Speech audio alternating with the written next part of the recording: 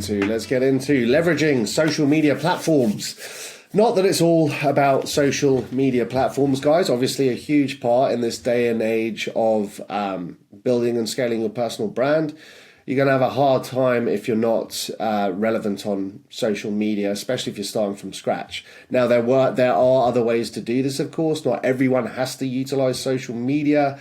They can build their personal brand behind the scenes through the different social circles they have, through their working environment, the industry they're in, build a name like that. But obviously it helps to leverage social media as well. Ideally, you have both, right? Ideally, you are congruent in your personal business online persona. The people, not that you have to be, but the people who are very successful at personal branding, it's all about congruency, right? Gary Vee keeps popping into mind, and like it or not, he's still one of the biggest personal brands out there. Gary Vaynerchuk, he's like a motivational speaker.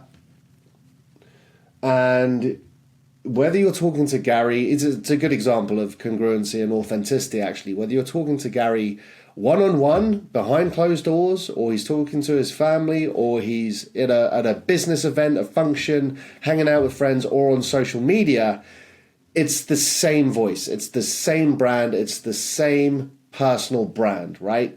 So always heavily lean into, and I will always promote heavily leaning into being very congruent and authentic across everything you're doing.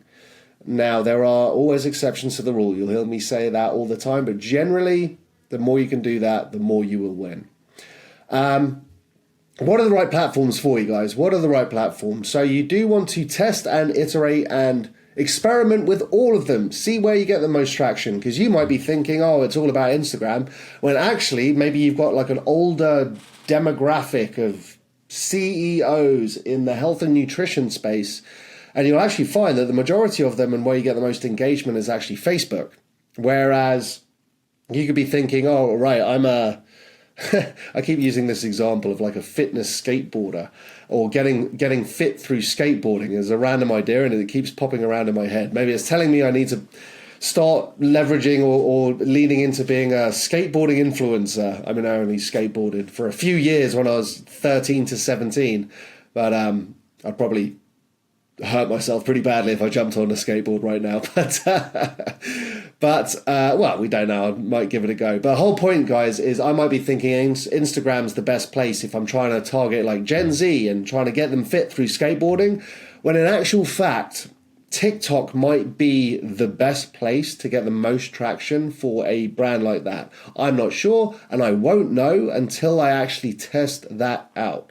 So the point of this little rant here is, don't come to too many predetermined destinations in terms of like, all right, well, I know I am this personal brand. I know that this will work best on Instagram or Facebook or TikTok or LinkedIn or YouTube or whatever you're doing.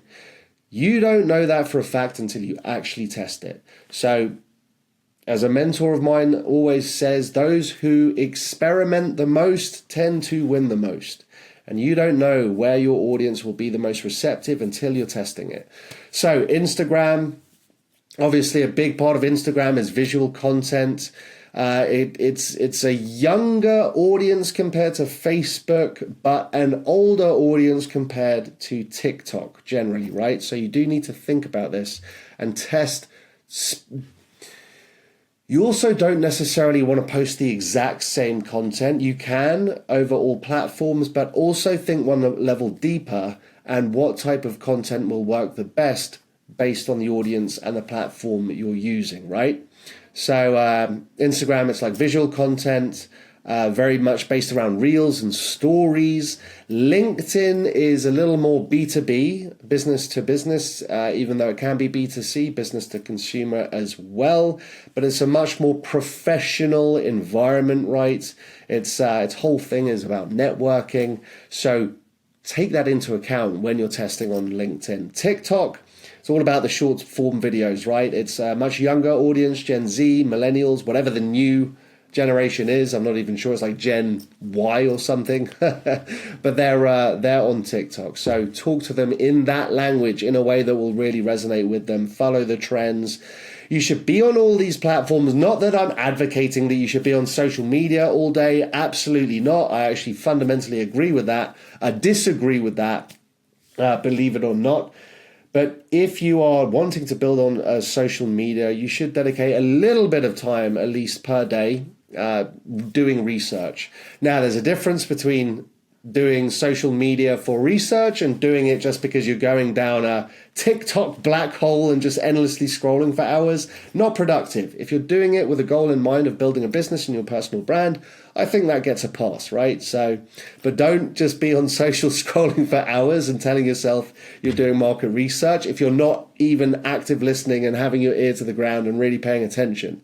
So I guess I'm saying it's all right to be on social media for a little bit if you're doing it for the right purposes. There you go.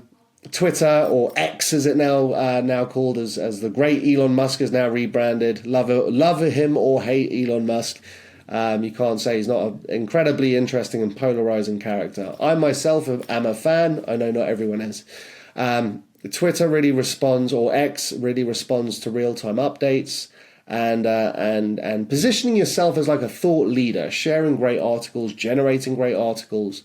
Not that it always has to be articles. You can just generate image posts with great captions, whatever it may be. But have the end in mind when you're posting on these different platforms. Have a strategy. Cool.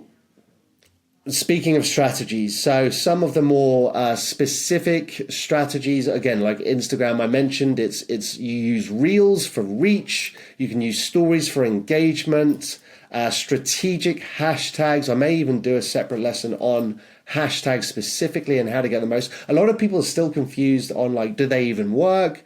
Yes, there are ways to use hashtags that are effectively. And high quality visuals on Instagrams as well. Sorry, I keep realizing I keep hitting my hoodie's zip and it's probably coming through on the microphone. LinkedIn, like I said, it's great sharing great articles that are relevant to you and your personal brand and what you're trying to grow. Don't just share random stuff that has nothing to do with what your goals and your mission and your values are. Make it all, you'll get sick of me saying congruent and authentic. But if me saying them a million times gets them through and internalizes them a little bit, then I'm just going to go ahead and do it. Engage with the groups, on LinkedIn as well. Don't just randomly just go around liking everything. Do real engagement. Post during business hours. For TikTok, out of all of the platforms, I would say, ironically, it's one of the most authentic. Because the younger generations, again, this pendulum swinging back of the fakeness of the last couple of decades to more real, authentic stuff. Like, you'll see, if you see like an ad on TikTok that is even somewhat salesy, it'll jump on. And if it's salesy in a very like disingenuous way, like I've seen some of those ads where, oh, it's terrible. They're trying to prey on people's emotions in totally the wrong way about like a family member dying, and it's like this crappy visuals sketched into some type of snow globe or something. I'm kind of making this up, but I've seen stuff like this, and you just know it's so fake and it's not real, and you question if anyone's even really like passed on, and the comments just absolutely obliterate and annihilate them.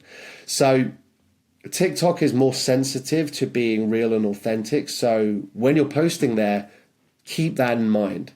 And also probably the most place where you'll get the fastest trolls.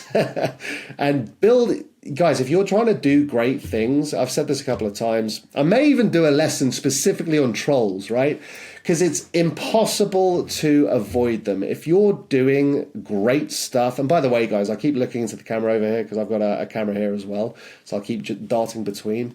But you've got to build trolls into the blueprint. You can't do great things without ticking a few people off here and there, and trolls are just there to reflect their own insecurities and try and make you feel bad. So sometimes it's hard to not subscribe to that emotion of being jaded a little bit by them, but just know that you don't worry about it. You're gonna get them, build it into the blueprint. Just keep in mind, like, just know that they are just emanating their own insecurities, right? Blast through it. You're gonna do great things. Don't let people hold you back. I don't want to get too emotional or what's the word, like woo-woo, but it's very true, guys. Very, very true. So TikTok, yeah, all about authenticity, creative content, follow the trends. It helps to use the in-app editing of TikTok. I believe that's even integrated into the algorithm so far. I can't prove that, but I think it is. The more you kind of use the platform, the better the algorithms will reflect. With X, be timely. Use Twitter Spaces. I'm not sure if they've changed it to X Spaces now. Create in-depth threads. Just a couple of quick strategies you can use, guys. Algorithm insights, right? So look where you can get data, do look at it, start getting familiar with it. Don't need to jump in and know everything straight away. But for Instagram, you can check out the engagement on the carousel post, your reels. It helps to respond quickly to comments when people comment on your posts. The more and the faster you respond, again, the more it helps the algorithm. I can't prove that, but it's generally known that that's a fact. LinkedIn, make your interactions meaningful. Don't just comment and like very nonchalantly or very or not caring about it. The more effort and integrity and authenticity put into it, again, it should reflect in the algorithm and your growth and traction. TikTok, early engagement, with the people commenting on you, it's the same thing. It's crucial for reach, especially on something like TikTok. X promotes and really likes regular activity, regular posting, using a lot of hashtags, frequently tweeting as well. All comes back to consistency, guys. So have a bit of a strategy. And please don't get overwhelmed with anything I'm saying here. If you're just starting out, maybe that we have a different variance and degree of people coming in here. Maybe you've never used some of these platforms before and you're just looking to get started. Maybe you've been posting for years and everything I'm saying to you is already second nature. If you're just getting started, don't worry about it. Just start a little bit of action a day, right? A little bit of something that you hadn't previously done before. Just get into that rhythm. Start slow, get the reps in, and then soon it'll become automatic. You can also hire a VA to do a lot of this for you. Again, not a bad idea for a lesson, how to effectively use a VA to take a lot of the weight off for you. You can hire incredible VAs. We use incredible VAs all over the world for very cost effectively because of exchange rates. They're getting paid fantastically. You're getting incredible value for what you're paying them. And everyone's happy. So VAs is not a bad way to go. Organic and growth tips, right? So the best way for organic growth is just consistency. You can talk to anyone that's grown a big following organically. Consistency wins through. It's like consistency at the top, authenticity, posting relevant stuff of real value. But if you're doing all that, the simplest word to think of is consistency. And if you can, across as many platforms as possible. There are exceptions to the rule. There are big influencers that literally only use Instagram, but generally posting across all of them not only is a great way to start, but you can see where you're getting the most traction. And the scientific approach is like, all right, well, do an experiment with all the platforms, post different content. Where are you getting the most traction? Where are you getting the most interaction? Where are you getting the most engagement? Double down on there. And then you can start moving away or iterating and evolving and adapting the stuff that's not working. And if you're constantly doing that, guys, if you're still following this train of thought, hypothetically, it's very hard to fail. If you're constantly iterating and pivoting towards what's working and moving away from what's not, kind of goes without saying a little bit.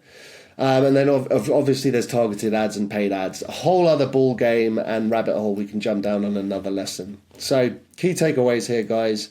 Understand your audience, tailor your approach for each platform, and balance organic and paid strategies if you're at that point. If you're new, I'm not telling you to jump in and start doing paid traffic and build funnels straight away. That will come with time, guys. Step by step.